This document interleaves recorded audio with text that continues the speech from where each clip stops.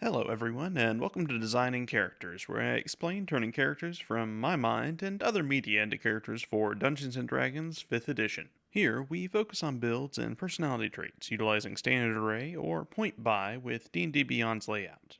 Let me know what character build or video you'd like to see next in the comments below. I read them all and reply to as many as I can. Today we're riding the hype train of the excellent game Resident Evil Village, and making the sensation that exploded the internet nation, Lady Dimitrescu, or Dimitrescu, but from the release of Capcom, it's Dimitrescu, apparently. The character that developers made into an excellent, unique interpretation as a reference to the original Dracula, with interesting lore and a dark background. But all the internet saw was...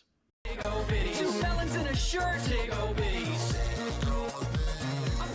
Now, what are the goals we have for our big titty goth mommy? First, we need long razor claws to tear apart maidens that enter our home, as well as a large stature representing our grip, strength, and power.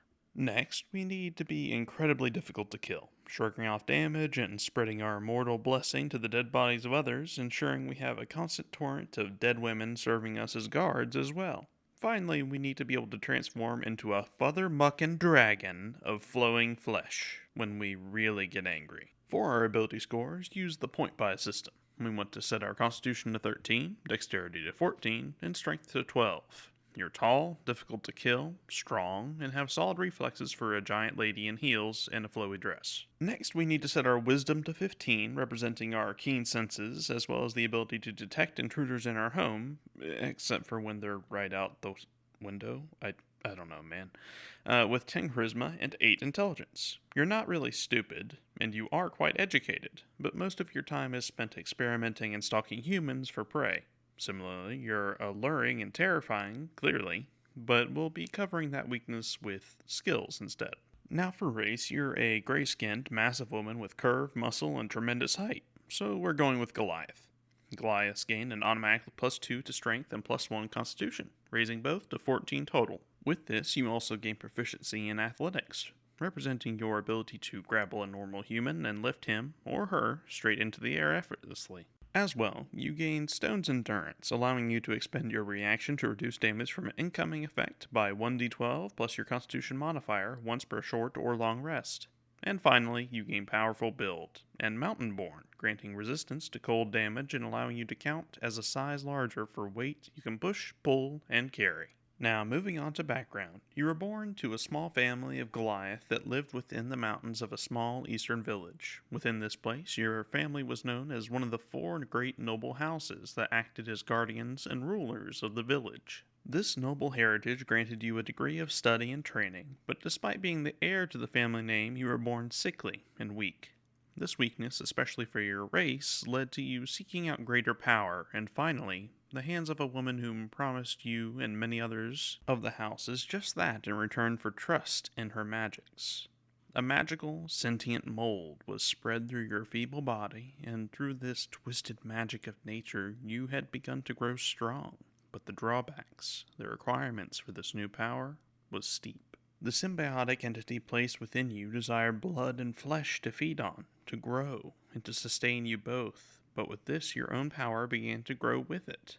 Following this idea, we'll be taking the noble background. This grants you proficiency in history and persuasion to represent that alluring power you hold, as well as proficiency in dragon chess and the language of deep speech to understand the alien, twisted words of the entity within your body and dreams. You also gain position of privilege as a background feature to use your status of your family for various benefits depending on how you discuss this with your DM.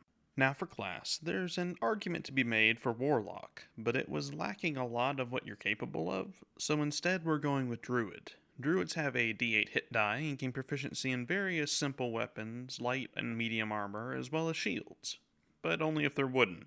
You also gain proficiency in an herbalism kit, as well as intelligence and wisdom saves, with the skills perception and religion. Next, you gain Druidic as a language, allowing you to use a unique form of communication granted to you by your symbiotic entity found within you. Finally, you gain access to spellcasting. For your 2 cantrips, take Thorn Whip to extend a whip of the barbed mold from a distance, dragging your prey back toward you as they try to escape. With this, you also take Primal Savagery, allowing you to sprout long claws and tear into your prey without mercy. Now, for your first level spells, keep in mind druids get to prepare their list, so I'll just be going over my recommendations for remaining in character. Take whatever you want and would suit the situation. Don't be bound by these. But for my recommendations, take Absorb Elements to allow the entity inside you to coat your body in mold, weakening the damage and cloaking your claws in the element for your next strike. Along with this, take Charm Person to represent your alluring persona, and Cure Wounds for your tremendous regenerative abilities as a first step. Second level druids gain Wild Shape, allowing them to transform into animals of various CR, but that won't really matter much for you. Instead, by taking the druidic circle of the spores, you are able to infuse the mold around you into the air, summoning your Halo of Spores feature. This spreads to targets within 10 feet of you on your reaction. Along with this, you gain your official symbiotic entity, allowing you to use your Wild Shape to instead double the damage of your Halo of Spores feature, grant yourself temporary hit points, and add bonus necrotic damage to your melee attacks. You also gain an additional first level spell. Take Long Strider to represent your height and speed while stalking your prey, though you have a habit of walking instead of running, which would probably let you catch up to Ethan Winters much faster. Third level druids gain additional spells, automatically preparing Blindness, Deafness to cause the mold in the systems of others to directly attack their senses, and Gentle Repose to completely halt the state of decomposition in a body. Perfect for when you want to create a stockpile of maiden corpses to add to your future cards. You also gain an additional spell. Take Enhanced Ability for your otherworldly power, be it Charm, Fear Inducement, or raw physical ability. Fourth level druids gain a feat. Take Skill Expert and give yourself proficiency and expertise in Intimidation, representing that raw personality and fear you induce in others. You also gain a +1 to your Wisdom for a new total of 16. With this, you gain an additional cantrip and 2 additional spells. Take Guidance to show off the ability to just be better at anything you do to suit the situation. Along with this, take Pass Without Trace for the moments you need to sneak up on your prey despite the fact you're absolutely massive and terrifying and in a big white gown. Now, for your next spell, you have a choice. If you wish to stick to character and wear nothing but a noble lady's dress, take Bark Skin and coat yourself in the mold to protect you. If you're fine wearing proper armor, then shift this over to instead take Lesser Restoration, allowing you to use the mold to remove debilitating effects to yourself and your maidens. 5th level druids gain Animate Dead and Gaseous Form automatically. Raise the bodies of the dead maidens into sword-wielding warriors under your will, and shift into Mist and Mold at will when you need to quickly escape a situation. You also gain an additional spell. Take Conjure Animals and use it to summon the early stages of your daughters as swarms of rot grubs or other flying insects, instead tearing through the flesh of your enemies. 6th level Spore druids gain Fungal Infestation, allowing them to infest a corpse and animate it. This can be used a number of times equal to your Wisdom modifier per long rest. Each zombie lasts for an hour, granting you a group of undead guards that surround you at will when done right with enough corpses. You also gain an additional spell. Take Dispel Magic and send your mold spores out into the magic of others, devouring the energy and ruining the composition it held. 7th level druids gain several automatically prepared spells, such as Blight, to grasp a target and infest them directly with your molds, causing their insides to deteriorate. Confusion will allow your spores to infect the mind, hampering their cognitive abilities of your enemy. Finally, replace your Summon Animals spell with Conjure Woodland Beings to represent the creature's next level of growth. Summon 2 of your daughters as dryads, as well as giant insects, to spread your mold outward and create a swarm of devouring insects instead of your beautiful daughter's humanoid shapes.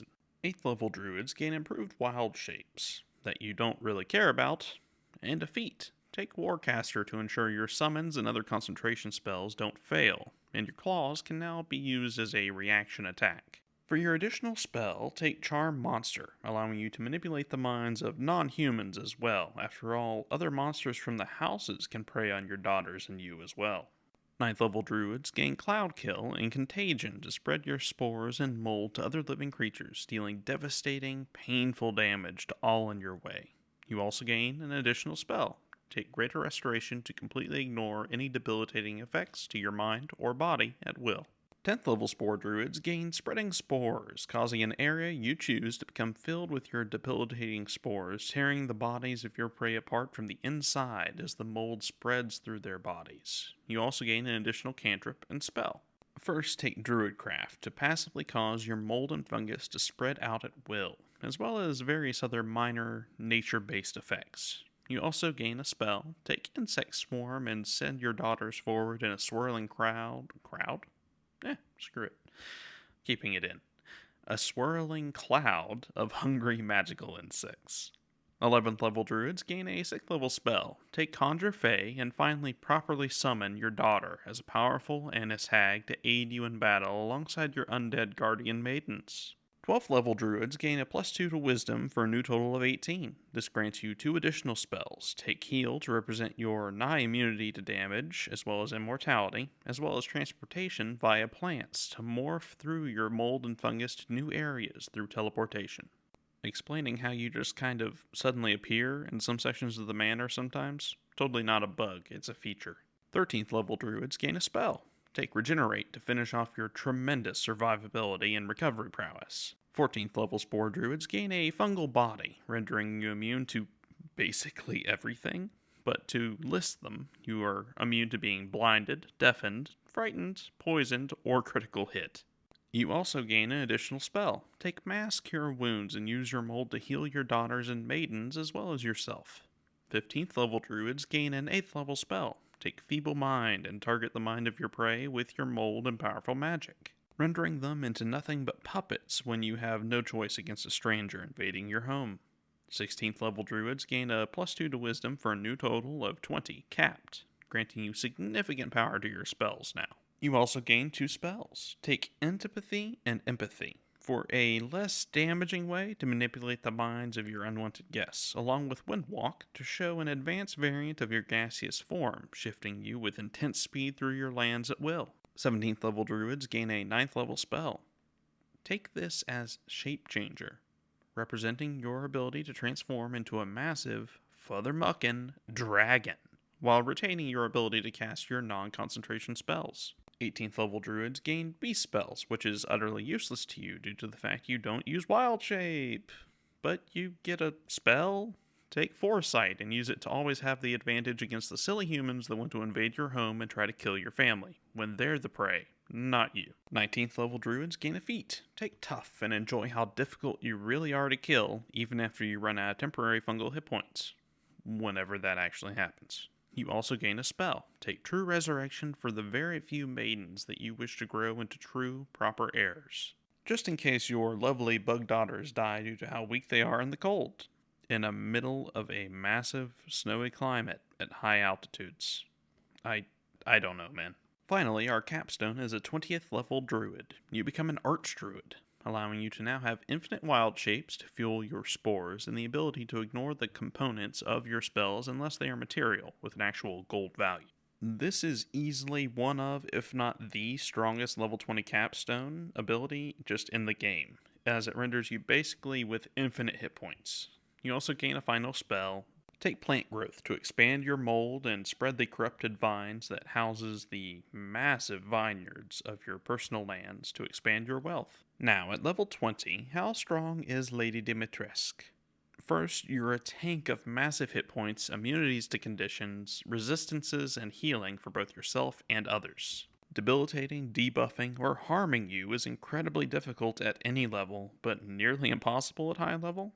Next, you hold a solid skill set for social situations, a decent physical skill, and even some average knowledge skills. Combine this with some of your spells for advantages and bonuses, and you're actually a decent face for the party despite the low charisma score you have. Finally, you have excellent consistent damage and control. Between your spores and spells, you deal an average of 30 damage per turn, assuming you have no spell slots and you just activate your spores. This isn't including the plethora of far higher damage potential, debilitating effects, status conditions, and environmental control that you have at your disposal. Also, the ability to turn into a father-mucking dragon. Now, when it comes to your weaknesses, first, your saves aren't that great, your mental saves are fairly solid, and advantage on your con saves helps a bit, but all your saves besides mental are +0 to +2. For a high level character, that's pretty painful, especially Dex and Con for how commonplace they are, and Charisma for those sudden, nasty banishment effects. Although I will say it's fitting, considering all the different spells and tales that are said to resist vampiric and undead and demonic invasion of the mind and stuff. Most of those spells are charisma saves, so it's kind of fitting that yours would be so low, and that's why you're stuck in your house all the time. Regardless, it's still an issue. Next, unless you transform into a dragon or are willing to wear armor, your AC is horrid. Bark skin for 16, no armor for 12, breastplate and a shield, both made of magical fungus or wood, for 18. None of these are amazing for a high level character, and are only good at lower tiers of play. Even if you become a reflavored gold dragon at level 20, your AC is still only 20, which isn't amazing for a top tier character. Finally, your damage output is consistent and has quite a bit of control effects, but your damage types are pretty limited. Necrotic is one of the more commonly resisted damage types, and Poison is a damage type that is nearly as commonplace to be resisted or even be immune to as Fire, making a lot of your damage output much less effective. But you're not exactly going to be putting yourself in positions like that, now will you? You stalk your prey and use the environment against them. You incite fear in them. Focus on your near unkillable status and wear down your prey while your daughters and maidens tear them apart. Worst case, call in the other houses, form a party, and make the silly humans suffer. Better be careful when you turn into a dragon, though. You tend to just display your weak points for all to see, and, it could lead to an untimely demise. As always, thanks for watching. If you enjoyed the video, please drop it a like, subscribe for more, hit the little bell, and please leave a comment on anything you liked about the build, or what video you'd like to see next. I do videos on Dungeons & Dragons as well as my own world once to twice a week. I'd like to thank all my patrons, but especially my Platinum patrons, Crom and SPS. Your donations mean the world to me. If you'd like to join them, there's a link in the description below to my Patreon. Patrons get to vote on the videos that I do and have access to various variant homebrew rules, supplement systems, items, spells, and so forth there. You can also talk with my community in Discord to learn about my D&D supplements and a literate roleplay board I run for my world. Have an amazing day, everyone. Be safe. Love each other. Goodbye.